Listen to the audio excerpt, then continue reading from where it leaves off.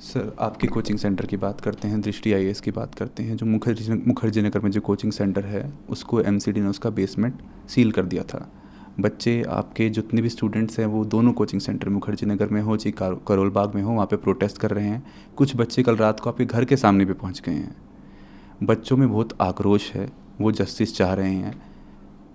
कहीं ना कहीं आपको ये भी लगा है कि दृष्टि आईएएस से कोई चूक हुई है? हम्म मतलब ये कह सकते हैं आराम से कि चूक हुई है, और लेकिन वो चूक ऐसी नहीं थी कि नीयत हमारी खराब रही हो, लेकिन हाँ चूक हुई है नियमों के स्तर पर। इंटरेस्टिंग बात या विचित्र बात यह है कि अगर आप मुझसे पूछें कि दिल्ली में कितने कोचिंग इंस्टीट्यूट्स हैं, मेरा ख्याल है कि उनकी संख्या कम से कम 1000 तो होगी ही, शायद ज़्यादा होगा, 2000 भी हो सकते हैं, ज़्यादा भी हो सकते हैं। जो नॉर्म है फायर एनओसी की, एजुकेशन बिल्डिंग की, अगर आप मुझसे पूछें कि दिल्ली में कितनी बिल्डिंग्स के पास हैं, मेरा अनुमान है कि 2000 में से शायद एक के पास भी नहीं है। एक के पास भी नहीं? जी, ध्यान रखिए मैं जो कह रहा हूँ, fire NOC for educational building. Fire NOC कई तरह के होते हैं, अलग अलग कैटेगरीज में होते हैं, अलग अलग चीज़ों के लिए बने होते हैं। ऐसा नहीं है कि कोशिश हमने या बाकी इंस्टीट्यूट्स ने नहीं की, पर क्या होता है कि जब कोई हादसा होता है उसके बाद मोटी मोटी चीज़ें सतह पे आती हैं कि फायर एनओसी नहीं था, या ये नहीं था, या वो नहीं था, और जनता का आक्रोश फट पड़ता है। उसके पीछे की वजहें क्या हैं, परिस्थितियाँ क्या हैं, वो सोचने के लिए, समझने के लिए धैर्य चाहिए, समय चाहिए। तो मैं असल में 3 दिन से ये भी चाह रहा था कि पहले सारी स्थितियाँ सामने आ जाएं, क्योंकि 1 डेढ़ दिन तक तो ये स्पष्ट नहीं हो रहा था कि कितने बच्चे थे, क्या स्थिति है। धीरे धीरे चीज़ें स्पष्ट हुई, तो फिर आज ये मीटिंग हुई, तो मेरा ख्याल है कि अब हम उन सब बातों पर ज़्यादा स्पष्ट रूप से बात कर सकते हैं। जहाँ तक बात है हमारी बेसमेंट की, हमारी बेसमेंट मुखर्जी नगर में थी। करोल बाग में हमारे पास 4-5 बिल्डिंग्स हैं, उनमें से एक बिल्डिंग की बेसमेंट सील हुई है। बेसमेंट जो करोल बाग में थी वो अप्रूव्ड बेसमेंट है, अप्रूव्ड कमर्शियल बेसमेंट है, जिसमें एनओसी पे लिखा हुआ है कि उसमें ऑफिस चलाया जा सकता है। उसमें ऑफिस ही चल रहा था, पर अभी एमसीडी पर जो दबाव था, उन्होंने इनडिस्क्रिमिनेट तरीके से सबको सील किया है, हमें भी सील किया है। नेहरू विहार में जो बेसमेंट थी, जिसको लेके काफ़ी ज़्यादा शोर हुआ, दरअसल क्या होता है कि जैसी बेसमेंट की बात आई तो सबके मन में बेसमेंट की एक इमेज बन गई है, एक छवि बन गई है। छवि ऐसी है कि एक छोटी सी बेसमेंट है, उसमें कुछ बच्चे बैठे हुए हैं, एक ही दरवाज़ा है, अगर वो बंद हो जाएगा तो क्या होगा। एकदम जायज़ बात है। जो नेहरू विहार की बेसमेंट थी वो किसी घर की बेसमेंट नहीं थी, वो एक कमर्शियल मॉल है, उसकी बेसमेंट है। बहुत बड़े आकार की बेसमेंट है, उसमें एक नहीं, दो नहीं, 7 एग्जिट हैं। सातों एग्जिट आपस में कनेक्टेड हैं।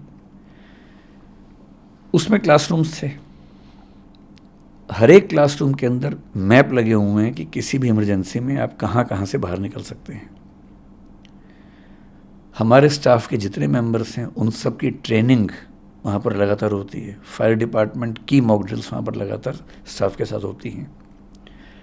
मैं अपने होशो हवास में ये बात कह रहा हूँ कि हमें 3 दिन पहले जो इंसिडेंट हुआ उसके पहले ये एहसास था कि वो बेसमेंट शायद दिल्ली के सबसे सेफ इंफ्रास्ट्रक्चर्स में से एक है, क्योंकि जहाँ तक फायर की बात है, और वो बिल्डिंग बनी है नेशनल बिल्डिंग कोड के जो लेटेस्ट प्रतिमान है उनके हिसाब से, क्योंकि वो बिल्डिंग हाल ही की बनी हुई, 10-12 साल पहले की बिल्डिंग है।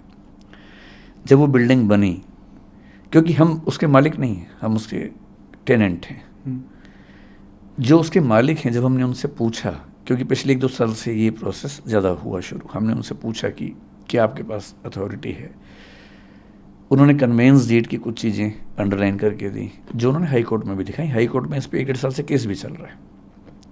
डीडी और एमसीडी के बीच में कुछ कन्फ्यूजन्स हैं, कई चिट्ठियाँ एमसीडी ने लिखी हैं, कई डीडी ने जवाब दिए हैं। अब कोर्ट में कल फिर उसकी अर्ली हियरिंग होने वाली है, उसमें वो बात भी आने वाली है 28 अगस्त को, वरना वो हियरिंग थी ही 28 अगस्त को। फैसला वैसे भी होने वाला था कि ये अलाउड है या नहीं, उसके बाद हम शायद हटते ही।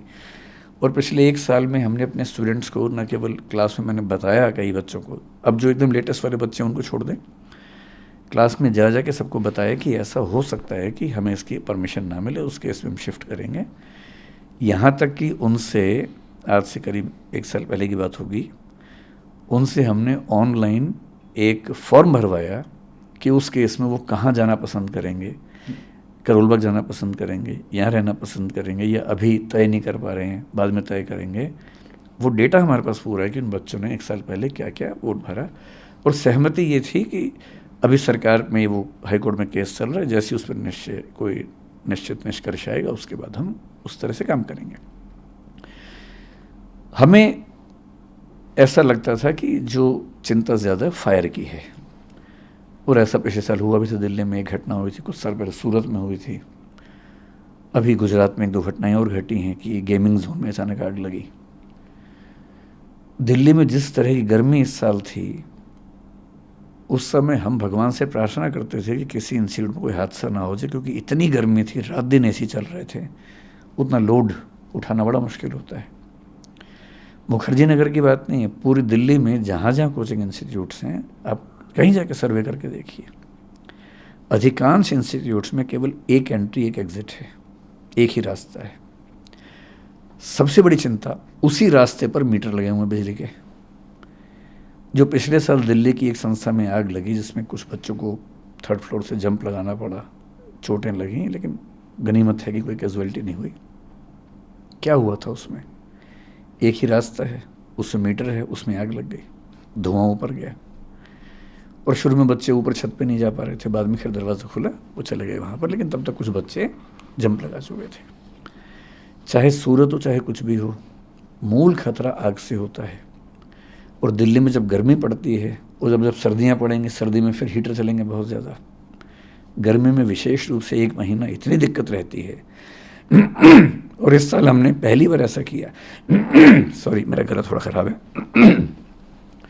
इस साल हमने पहली बार ऐसा किया कि गर्मियों में बच्चों को ये कह के लगभग 15 दिन या 1 महीने की छुट्टियां दी, ऑनलाइन क्लास करवाई कि गर्मी ज़्यादा है, कहीं इस समय ऐसा ना हो कि एसी चलने से कोई आग लग जाए, हादसा हो जाए।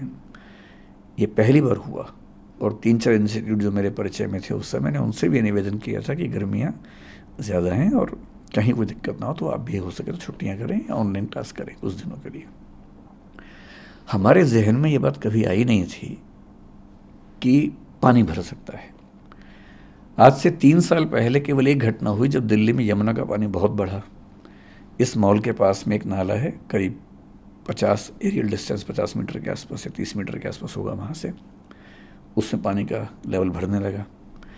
जैसे उसमें पानी का लेवल भरने लगा, हमने अपने इंस्टीट्यूट में 7 दिन की छुट्टी कर दी कि जब तक ये नीचे नहीं जाएगा हम क्लास नहीं लेंगे। 7 दिन छुट्टी हुई, ऑनलाइन क्लास चली, बच्चे वहाँ चले गए। 3 दिन पहले जो घटना घटी, उसके बाद पहली बार हमें ये रियलाइजेशन हुआ कि कहीं ऐसा भी तो हो सकता है। ये हमारे जहन में कभी नहीं आया था।